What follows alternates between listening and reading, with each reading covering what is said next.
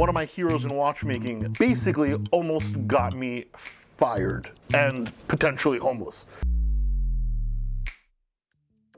I started in retail, and then I moved up to corporate, and now I'm a watch dealer. But in my early-ish career, still in retail as a normal salesperson, in the probably mid-2000s, I was working on Fifth Avenue at a store called Wempe, or Wempe for you Americans. And it was a pretty quiet day around the holidays, which is a little weird, you know, quiet day around the holidays. And I'm just sitting down, and this gentleman walks in, goes to the paddock section, and I'm sitting at the desk by Patek Philippe. And I said, well, listen, let me try and sell a watch. I look up, and oh my God, it's f.p.Journe. Now, back in this era, not a lot of people knew who he was, right? I mean, yes, f.p.Journe existed, but he wasn't a superstar.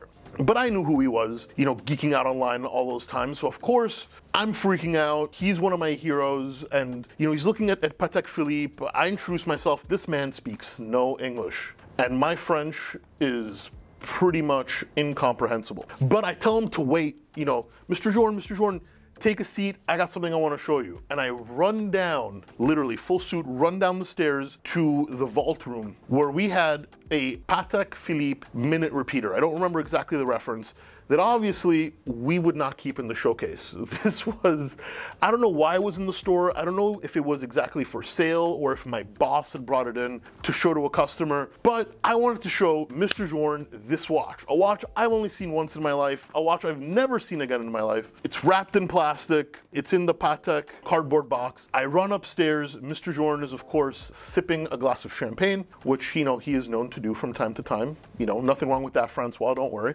And he's chilling.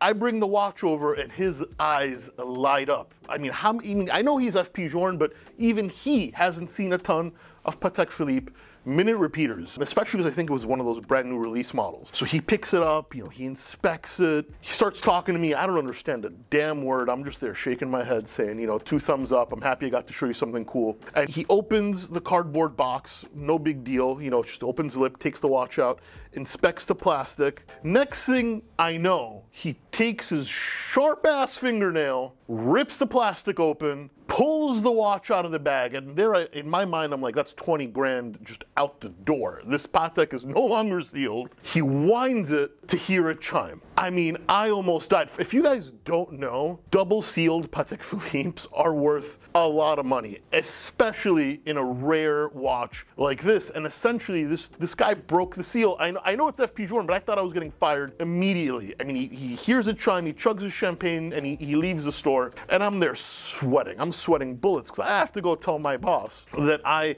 without his authorization, took a watch out of the safe, showed it to a customer, and essentially ruined it. So I told him, luckily, he's a very nice guy. He understood, no big deal. I said, it's f.p.Journe. How are you not going to show a watch like that to f.p.Journe? I'm not exactly sure what happened to that minute repeater. I'm not sure if it went back to Patek Philippe and they resealed it. I don't even know if they do that. I do know, though, that for 45 seconds, I had a huge bout of IBS, and I thought I was going to lose my job and not pay rent for the month. But all's well that ends well.